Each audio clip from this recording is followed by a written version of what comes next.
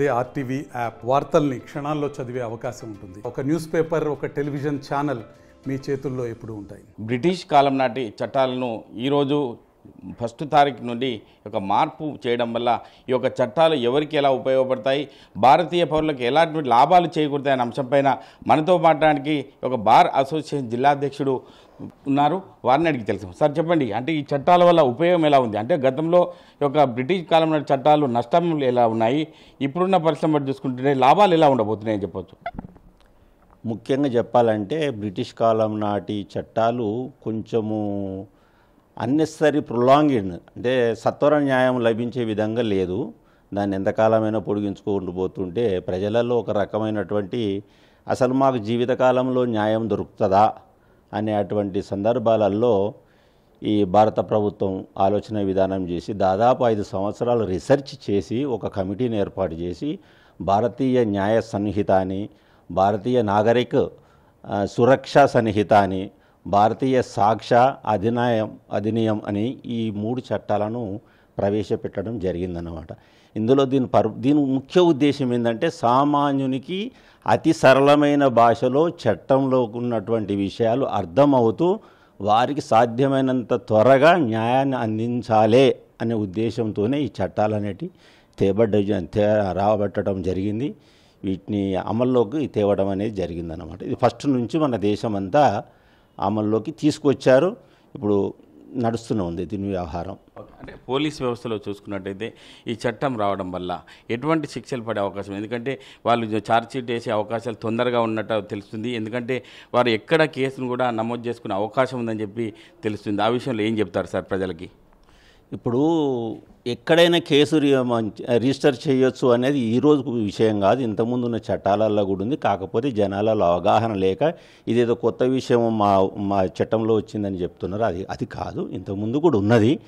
దీన్ని ఏంటంటే ఇప్పుడు ప్రచారం చేయడం వల్ల కొత్త చట్టంలో ఎక్కడైనా కంప్లైంట్ చేయొచ్చు అనేది వాళ్ళకి తెలిసింది కాబట్టి అలా అంటున్నారు. ఇదివరకు కూడా ఉంది. కాకపోతే ఇప్పుడున్నటువంటి సిస్టమ్ ప్రకారం ఏంటంటే ఫోన్లో కానీ వాట్సాప్లో కానీ వాళ్ళకి తెలిసిన ఏ విషయంలో తెలిసినా అందుబాటులో ఉన్న స్టేషన్కి ఇన్ఫర్మేషన్, ఇందులో కాగ్నిజేబుల్ అఫెన్సెస్, నాన్ కాగ్నిజేబుల్ అఫెన్సెస్ అని 2 కేటగిరీస్ ఉంటాయి. కాగ్నిజేబుల్ అఫెన్స్లో ఎవరైనా తెలిసిన వారైనా బాధితుడే కాదు ఎవరైనా కంప్లైంట్ చేయొచ్చు. చేయగానే వెంబడి కేసు రిజిస్టర్ అవుతుంది. ఇది సంబంధించినటువంటి కోర్టు జ్యూడిక్షన్లో ఉన్న పోలీస్ స్టేషన్లోకి వెళ్ళిపోతుంది. వాళ్ళు ఇన్వెస్టిగేషన్ అనేది స్టార్ట్ చేయడానికి ఛాన్సెస్ ఉంటాయి అన్నమాట. ఇందులో ఏ అఫెన్స్ అయితే 5 సంవత్సరాల కన్నా ఎక్కువ శిక్షను పడే అవకాశాలు ఉన్నటువంటి అఫెన్సెస్ అయితే ఉన్నదో అందులో పోలీస్ ఇమ్మీడియట్లీ రియాక్ట్ అవుతూ దాన్ని వీడియోగ్రాఫిక్ సీన్ ఆఫ్ అఫెన్స్ అనేది రికార్డు చేయాలి. చేస్తే ఏంటంటే దానిలో మ్యానిపులేషన్స్ కానీ కేసును తప్పుదోవ పట్టించే పరిస్థితులు కానీ చాలా తక్కువగా ఉంటాయన్నమాట. ఇట్లా చేయటం వల్ల లాభం ఏంటంటే నిజమైన బాధితులకు నిజమైన న్యాయం అందించే ఉద్దేశంతోనే ఈ చట్టాలు ఏర్పాటు చేయడం అనేది జరిగింది. ఇంకొక విధంగా చెప్పాలంటే సమ్మరీ ట్రయల్ కేసెస్ అని పిట్టి కేసెస్ ఉంటాయండి. వాటిని వితిన్ 6 monthsలో పోలీస్ ఇన్వెస్టిగేషన్ కంప్లీట్ చేసి ఛార్జ్షీట్ వేయాలి, కేసు నెంబర్ మీరు తీసుకోవాలి. 40 years of campus, hobby clubs, student mentoring, eco-friendly campus. KL, deemed to be university. అట్టి పరిస్థితుల్లో చేయని పరిస్థితి ఉంటే అది కేసును కోర్టు ఆటోమేటిక్గా క్లోజ్ చేయాలి. ఒకవేళ పోలీస్ క్లోజ్ చేయకుండా మేము మళ్ళీ ఇన్వెస్టిగేషన్ చేస్తాము అని అంటే ఎస్పీ గారు పర్మిషన్ తీసుకొని చేయాలి. ఎస్పీ గారు పర్మిషన్ ఇచ్చినా మళ్ళీ కోర్టు పర్మిషన్ ఇవ్వాలి స్పెషల్ గ్రౌండ్స్ కింద. ఈ విధంగా చేయడం వల్ల అన్నెసరీ డిలే అనేది తగ్గించబడుతుంది. బాధితునికి చిన్న అఫెన్స్ అయితే చిన్న పరిధిలో, దాని అఫెన్స్ను బట్టి నేచర్ను బట్టి సత్వర న్యాయం అనేది జరుగుతుంది. మిగతా విషయాలలో ఇప్పుడు 498 అటువంటి కేసెస్ ఉన్నాయి. అవన్నీ వితిన్ 3 yearsలో కంప్లీట్ కావాలి. Investigation trust everything they have to file chargesheet and investigation is to be completed. సత్వర న్యాయం అనేది ఆ విధంగా జరుగుతుంది. దానికి ఒక లిమిటేషన్ అనేది పెట్టారనమాట. అంటే దేశంలో ఇప్పటికే చూస్తుంటే ఇన్ని చట్టాలు వస్తున్నా కూడా సామూహిక అత్యాచారాలు, బాలికలపై జరుగుతున్న సంఘటనలు చూస్తున్నాం. ఈ చట్టాల వల్ల ఈ విషయంలో అంటే ఎంతో ఉపయోగకరం ఉంటుంది భవిష్యత్తులో. ఇప్పుడు అటువంటి అఫెన్స్లలో ఇప్పుడు కొత్తగా జరిగే అటువంటి లాభ నష్టాల గురించి అంతగా ఇప్పుడు మనం ఏం చెప్పలేం. కానీ బాధితులు ఏ రూపకంగా ఉన్నా చట్టం అనేది వారి పోలీస్ ఇన్వెస్టిగేషన్ డిపార్ట్మెంట్ అనేది బాధితుల దగ్గరికి వెళ్ళి న్యాయం చేసేటువంటి సందర్భాలు ఎక్కువ ఏర్పడ్డాయి. పోలీస్ స్టేషన్కి ఇంతకుముందు విక్టిమ్స్ ఉంటే అందరూ పోలీస్ స్టేషన్ పోయి స్టేట్మెంట్ రికార్డ్ చేయాల్సిన పరిస్థితి ఉండే. ఇప్పుడు ఆ పరిస్థితి లేదు. 15 సంవత్సరాల లోపు కానీ, ఫిజికల్ హ్యాండిక్యాప్డ్ కానీ, అబౌవ్ 60 years ఏజ్డ్ విక్టిమ్స్ కానీ అక్కడికి వాళ్ళు ఉన్న చోటకే పోలీసు పోయి స్టేట్మెంట్ రికార్డు చేయాలి. స్టేట్మెంట్ కూడా వీడియోగ్రాఫీకి చేయాలి. వీలైతే వీడియోగ్రాఫీకి లేకపోతే మొబైల్ ఫోన్లోనైనా సరే రికార్డు చేయాలి. వాయిస్ రికార్డు చేసుకుంటూ బాధితులను రికార్డు చేయాలి. అది ఇమ్మీడియట్లీ కోర్టుకు సబ్మిట్ చేయాలి. వాళ్ళు మనకి specific bound limitation is there. ఆ విధంగా అని జరుగుతాయి. ఈ అఫెన్స్ ఇన్నున్న చట్టాలు ఉన్న అఫెన్స్ ఎందుకు జరుగుతుందంటే సమాజంలో ఉన్నటువంటి అమాయకత్వం కావచ్చు. చట్టం ప్రతి మనిషిని ప్రతి చోట ఎప్పటికీ కాపలగాయలేదు కాబట్టి చాలా వరకు వాళ్ళ జాగ్రత్తలు వాళ్ళు పాటించుతూ తప్పని పరిస్థితుల్లో అదృష్టం బాగలేకుండా అదే ఏదో ఒకటి అఘాయిత్యం జరిగినప్పుడు సత్వర న్యాయం అందించడానికి ఏ పౌరుడైనా సరే ముందుకు పోయి కంప్లైంట్ చేయొచ్చు.